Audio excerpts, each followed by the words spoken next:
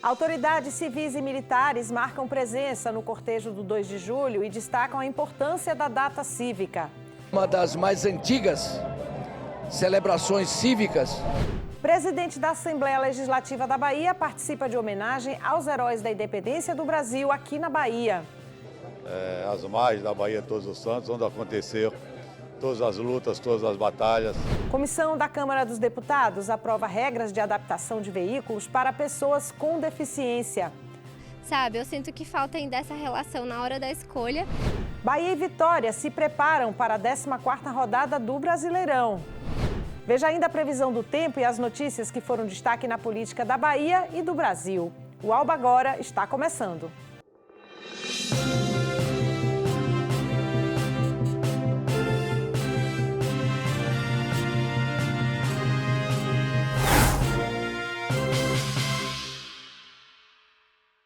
Olá, muito boa noite para você. Sejam bem-vindos ao Telejornal Noturno do Legislativo Baiano, desta quarta-feira, 3 de julho. Estamos no ar em 109 cidades do interior através dos canais 9.2 ou 10.2. Lá em Barreiras, na região oeste, nosso canal é o 40.2. Aqui em Salvador e também na nossa região metropolitana, os canais são o 12.2 na TV aberta e tem também o 16 na NET. Se por acaso aí na sua cidade ainda não tem o sinal da TV Alba, você pode acompanhar o nosso telejornal pelo site alba.tv.br ou pelo youtube.com/TV Alba. E para falar com a gente, o contato é esse que aparece aqui na tela, 719-9602-5318. Abra agora o seu celular, salve esse número, fale diretamente com a gente, mande sugestões e contribua com o conteúdo do nosso telejornal. Muito bem, a gente começa essa edição falando sobre a festa do 2 de julho que movimentou as ruas do centro de Salvador nesta terça-feira. O encerramento das comemorações, a Praça do Campo Grande recebeu diversas autoridades e admiradores dos heróis da independência da Bahia. Vamos ver. O momento mais aguardado foi o acendimento da pira com fogo simbólico, realizado pela primeira triatleta com deficiência visual da Bahia, Ira Vilaronga, acompanhada pelo governador Jerônimo Rodrigues. O que nós fizemos aqui hoje não é bater aqui. Aqui nós marchamos, suamos, reconhecendo e representando a luta de quem gastou o suor, o sangue. Então aqui a gente luta para que os negros possam ter a liberdade, os indígenas possam ter seus direitos respeitados, a comunidade LGBTQIA+, as pessoas com deficiência, os pobres. A marcha é para isso. E nós continuaremos celebrando o 2 de julho para que isso não possa ser esquecido na nossa memória. Segundo relatórios históricos, a independência da Bahia foi um movimento iniciado em 1821 e concluído em 2 de julho de 1823.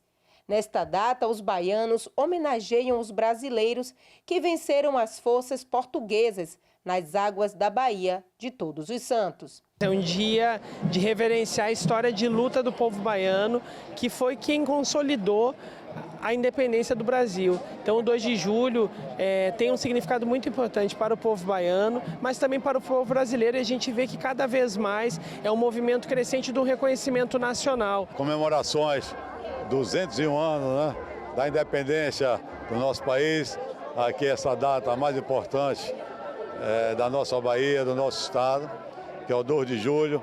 Então, de manhã estivemos lá na Lapinha e agora, cumprindo todas as formalidades, governador, prefeitos, comandante da base aérea, comandante da Marinha e demais autoridades, combinando com essa data festiva que a gente nunca pode esquecer. Após percorrerem o trajeto do Largo da Lapinha até o Campo Grande, os carros da Cabocla e do Caboclo permanecerão na Praça do Campo Grande. Que vai ficar até o dia 5. Então você pode chorar ao pé do caboclo, trazer suas oferendas, fazer suas orações, que ele vai estar aqui olhando e guiando toda a Bahia. E já que estamos falando do 2 de julho, veja como foi a participação dos políticos durante a festa que celebrou 201 anos da independência do Brasil na Bahia. Autoridades políticas, civis e militares se reuniram no Memorial Pavilhão 2 de Julho, também conhecido como Pavilhão da Lapinha, no Largo da Lapinha, para a cerimônia de hasteamento das bandeiras. A banda de música da Marinha do Brasil deu o tom solene com o hino nacional. Logo após, flores foram colocadas no monumento em homenagem ao general Pierre Labatut. E antes do início do desfile cívico, o presidente do Instituto Geográfico Histórico da Bahia, Joaci Góes, fez a entrega dos carros emblemáticos do caboclo e da cabocla. 201 anos da independência e 200 anos da festa. E esta é uma das mais antigas celebrações cívicas do continente americano.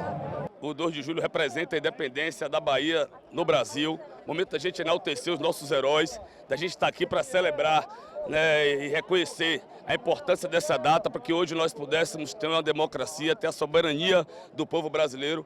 Foi graças a essa independência que hoje nós temos um país mais justo, um país onde a gente pode, né, através da própria força do povo brasileiro, conduzir os seus destinos. Então é uma data importantíssima que completa esse ano 201 anos. As comemorações marcam a data da independência do Brasil na Bahia. Este ano os festejos trazem o tema Povo Independente, celebrando os 201 anos dessa conquista. É a tradição, é a luta, a verdadeira liberdade do povo brasileiro se deu aqui da Bahia com o povo lutando. Então é a festa mais cívica. Veja como o povo é apaixonado pelo jogo, que esse sentimento de pertencimento vem da liberdade do povo brasileiro. Viva o 2 de julho! Uma data extremamente importante quando a gente celebra a nossa independência e reforça os laços de independência, de coragem do povo baiano, o povo guerreiro, o povo trabalhador, que é um exemplo para todo o Brasil. Pelo segundo ano consecutivo, o presidente da República, Luiz Inácio Lula da Silva, participa das comemorações do 2 de julho aqui na capital baiana. Durante o desfile, o governador da Bahia, Jerônimo Rodrigues, destacou a importância do 2 de julho para os baianos. Ele também anunciou uma parceria com a Assembleia Legislativa da Bahia para lançar os livros didáticos sobre o tema através do programa Alba Cultural. Aqui na Bahia, com a ajuda da Assembleia Legislativa, nós queremos garantir que os livros produzidos na Bahia contem essa história, mas que o MEC possa absorver pelo menos capítulos. E nós apresentamos a demanda, mas apresentamos também a nossa capacidade de construção disso. Nossas equipes produzirão o material suficiente para dizer, estamos aqui, Ministério, estamos aqui, MEC, para que vocês possam avaliar e assim a gente possa contar ao Brasil e ao mundo a história da independência do Brasil, passando por um bom pedaço e a boa referência da luta dos baianos e baianas. É uma honra muito grande, pela quarta vez estar representando o Poder Legislativo do Estado da Bahia, nessa data que é a mais importante do país, né? Até porque diz que a nossa independência foi em 7 de setembro, mas a Bahia ainda estava invadida nessa época aqui pelos portugueses. Então os baianos e baianas que botaram os portugueses aí para correr no 2 de julho. Portanto, essa é a data mais importante do nosso país. É uma honra muito grande estar aqui mais um ano. Maravilhoso, isso aqui é a verdadeira independência da Bahia, que foi feita com muita luta pelo povo baiano, é um legado para o Brasil. 2 de julho junta todos os baianos em favor da independência do nosso país. Então, para mim, fico feliz que ano passado o presidente esteve aqui, esse ano de novo.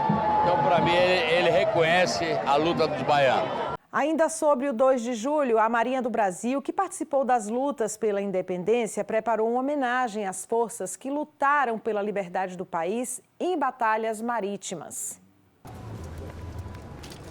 Às margens da Baía de Todos os Santos, diversos homens perfilados prestaram homenagem com uma salva de tiros àqueles que lutaram ao lado dos baianos pela independência do Brasil na Bahia. E é uma cerimônia que marca um momento histórico de içamento do pavilhão nacional no então Forte do Mar, que é o Forte São Marcelo, em que João das Botas ele categoriza, né, ele marca a vitória dos baianos aqui na Baía de Todos os Santos, que foi importante para você cortar qualquer tipo de possibilidade de reação do general Madeira de Melo por mar ou um reforço com pessoal ou com material para ele, né? Na ocasião, também foi realizada a cerimônia de hasteamento das bandeiras do Brasil, da Bahia e da cidade de Salvador, no Forte de São Marcelo. Aqui na Marinha é muito importante a gente poder ouvir a história, a leitura da carta do comandante, contando a história de como se deu, o reconhecimento aos heróis, inclusive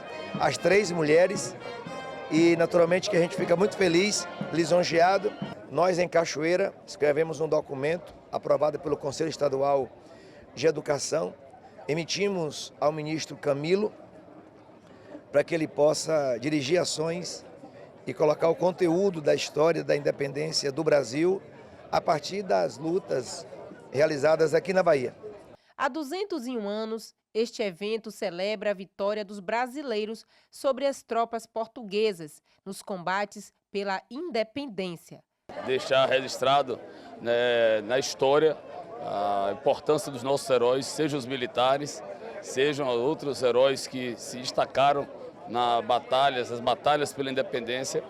Então a Marinha hoje presta aqui essa homenagem a eles e, como é uma tradição nossa sempre participar, aqui estamos. 2 de julho é um momento para a gente homenagear os nossos heróis da independência, mas também para celebrar essa data que é tão importante para o nosso estado, para que a gente possa transmitir, né, para essa garotada que está aí vindo a importância da história tão rica que nós baianos temos. Afinal de contas, fomos decisivos para a independência do Brasil. O presidente da Assembleia Legislativa da Bahia, deputado estadual Adolfo Menezes, destacou a relevância dos heróis para a Bahia. Pela manhã, na Lapinha, naquele trajeto cívico com a presença do presidente Lula, de tantas autoridades, e agora aqui, às margens da Bahia Todos os Santos, onde aconteceu todas as lutas, todas as batalhas de homens e mulheres do povo, marisqueiras inclusive, junto com militares da Marinha, Exército, nossa Polícia Militar, junto com a população que há 201 anos atrás, o Brasil já tinha sido declarado 7 de setembro a independência, mas a Bahia ainda estava ocupada nessa época pelos portugueses. A independência da Bahia foi um movimento que teve início em 1821 e desfecho em 2 de julho de 1823. Nesta data, os baianos homenageiam os brasileiros que venceram as forças portuguesas nas águas da Baía de Todos os Santos, consolidando a nossa independência. Então foi aqui, no 2 de julho, a batalha definitiva que libertou a Bahia dos portugueses, né? Portanto, a nossa data principal, a nossa data mais importante, não só aqui da Bahia, aqui do nosso país. Hora da previsão do tempo. Na capital baiana, o inverno segue sem chuva, céu azul, tempo firme e temperaturas mais amenas. Deu um alívio naquele calorzão. Veja agora como vai ser o dia amanhã aqui em Salvador e em algumas cidades do interior do estado.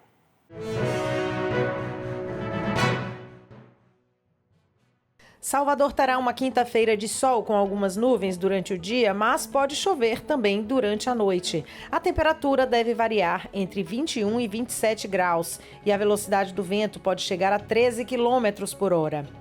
Em Alcobaça, no extremo sul da Bahia, a quinta-feira será de sol com algumas nuvens. O dia será parcialmente nublado. À noite, o tempo vai ficar firme. A temperatura varia entre 18 e 28 graus. Em Castro Alves, a previsão para quinta-feira é de sol com algumas nuvens pela manhã. Também terá pancadas de chuva de manhã e à noite. Os termômetros podem variar entre 19 e 29 graus. A gente vai fazer agora um breve intervalo. A seguir, você vai ver os preparativos de Bahia e Vitória para a 14ª rodada do Brasileirão. Acompanhe também como foi a última noite do São João na capital baiana e as notícias que foram destaque hoje na política da Bahia e do Brasil. Não saia daí porque o intervalo é bem rapidinho.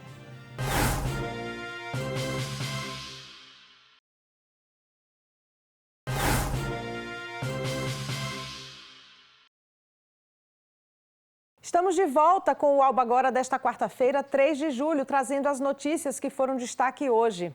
Vamos falar agora de futebol. Bahia e Vitória entram em campo amanhã, quinta-feira à noite, pela 14ª rodada do Campeonato Brasileiro.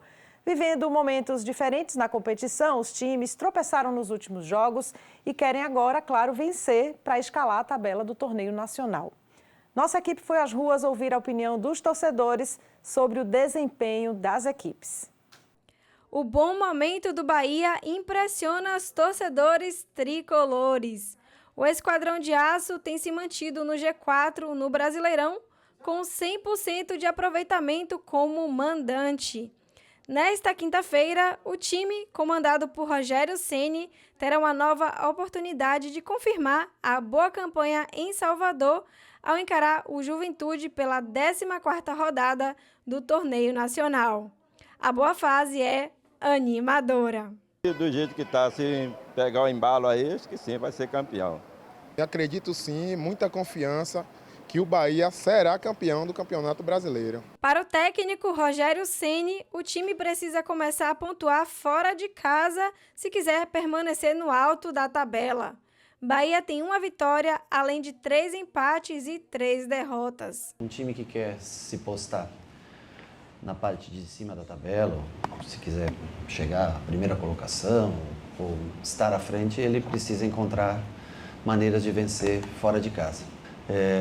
E é sempre difícil jogar aqui, jogar no Maracanã, é difícil jogar aqui, é difícil jogar contra o Atlético, em Minas é difícil, mas nós não sei, acho que talvez a gente tenha que acreditar um pouco mais que a gente pode, e eu acho que a gente pode. Os torcedores do Vitória também vivem uma expectativa com o time treinado por Thiago Carpini. O rubro-negro baiano rema em busca de pontos para subir na tabela da Série A. Atualmente, o Leão ocupa a 15ª posição com 12 pontos. Para os baianos, o Vitória tem condições de fazer um campeonato com regularidade. O time precisa se encaixar mais, treinar mais, bola parada, para a gente poder engrenar e o time se juntar mesmo e ter raça para a gente ir para cima. Contratar bons jogadores, né? Porque na verdade não tem, a janela vai abrir agora em julho. Vamos esperar que ele contrate gente à altura, né? O próximo compromisso do Vitória também é nesta quinta-feira contra o Corinthians, na Neoquímica Arena, em São Paulo. Carpini terá desfalques importantes para a partida, mas pondera que os atletas têm sentido o cansaço do calendário do torneio nacional e, por esse motivo, alguns erros acontecem com frequência. O maior nível físico do nosso elenco, um atleta de muita força física, muita intensidade, e o Lepo sentiu. Você imagina como estão os outros, como está o Mateuzinho, coitado, jogando sacrifício há uns 4 jogos, com dor, com limitação, enfim, são os nossos problemas, a gente tem que administrar. Seja no G4 ou na zona de rebaixamento, os times Bahia e Vitória têm uma certeza, o apoio incondicional do seu torcedor. Rapaz, a gente está sonhando e com o elenco que está apresentando aí um bom futebol, acredito que tem condição de chegar na Libertadores. O brasileiro é complicado, mas a gente está acreditando. Nessa terça-feira, durante uma coletiva de imprensa realizada no Parque de Exposições, o governador Jerônimo Rodrigues falou sobre os resultados dos festejos juninos. Esse ano, a festa na capital ganhou bastante destaque. Apesar de ser uma tradição do período junino, baianos e turistas viajarem para o interior do estado, a capital baiana também ofereceu este ano muitas atrações para celebrar o São João. Foram 12 dias, 3 finais de semana, em que o Parque de Exposições contou com uma estrutura de serviços que ofereceu shows gratuitos de artistas locais e nacionais. O evento foi organizado pelo governo do estado através da Superintendência de Fomento ao Turismo, a Sufotur. No último dia dos festejos juninos, nesta terça-feira, o governador Jerônimo Rodrigues destacou a importância do investimento que movimentou 2 bilhões de reais e atraiu 2 milhões de turistas fora da Bahia. Então, a cultura é um aspecto forte. Quando a gente consegue combinar cultura com renda, fica melhor.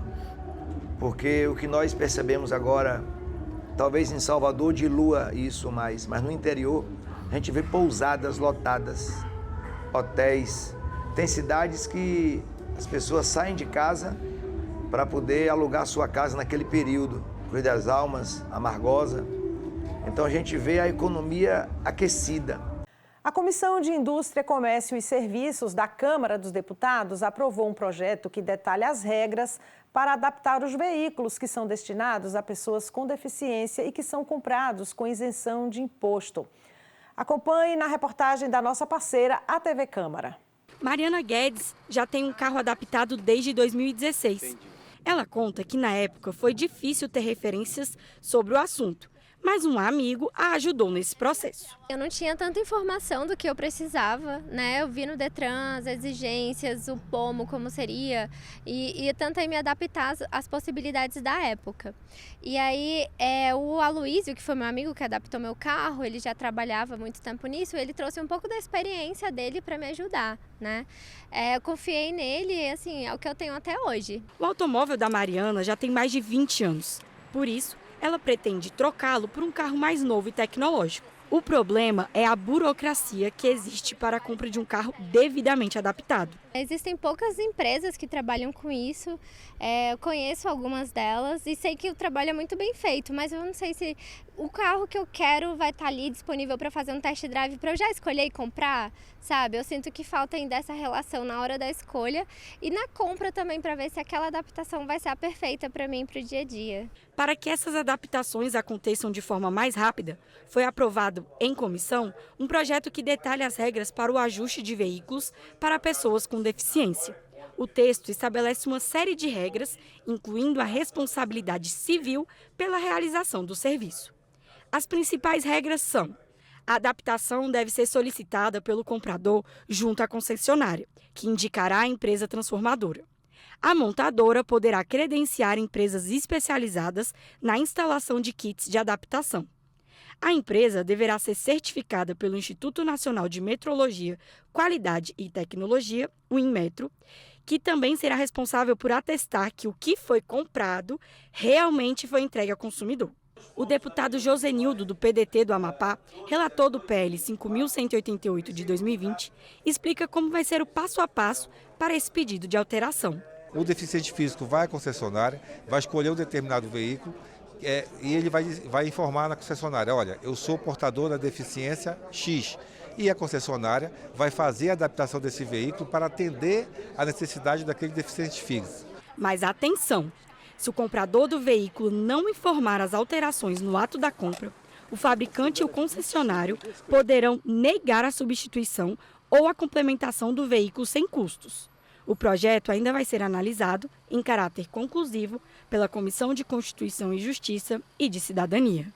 Chegou a hora do nosso giro político. Vamos ver as notícias que foram destaque nesta quarta-feira, tanto na política da Bahia quanto na política do Brasil.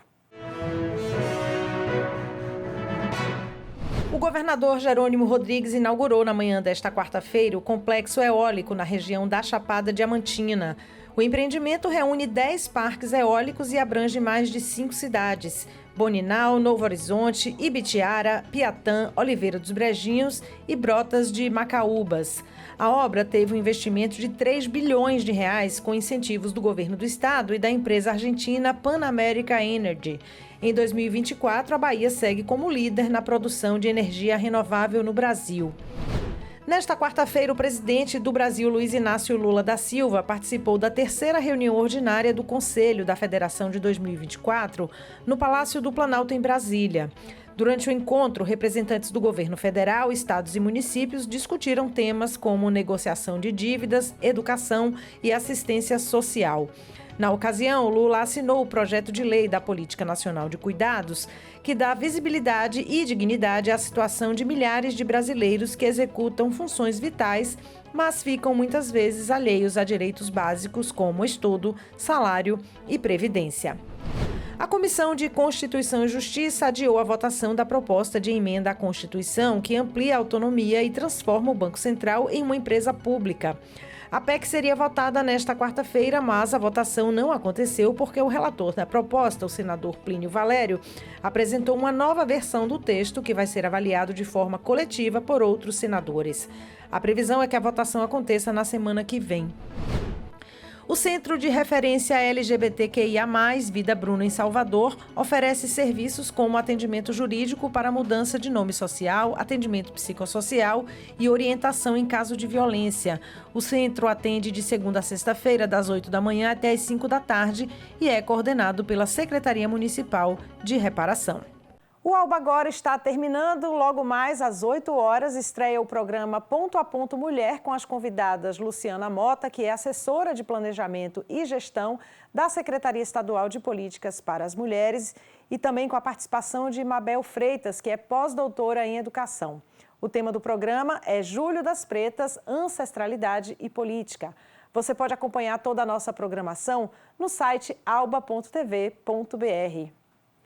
E claro, siga também a gente nas nossas redes sociais, Instagram, Facebook. Se você perdeu algum detalhe do jornal, acesse youtube.com/tvAlba ou acompanhe a nossa reprise que passa à meia-noite. Muito obrigada a todos pela audiência e pela companhia. A gente volta a se encontrar de novo amanhã com mais notícias aqui no Alba Agora. Bom descanso, pessoal. Até lá. Tchau, tchau.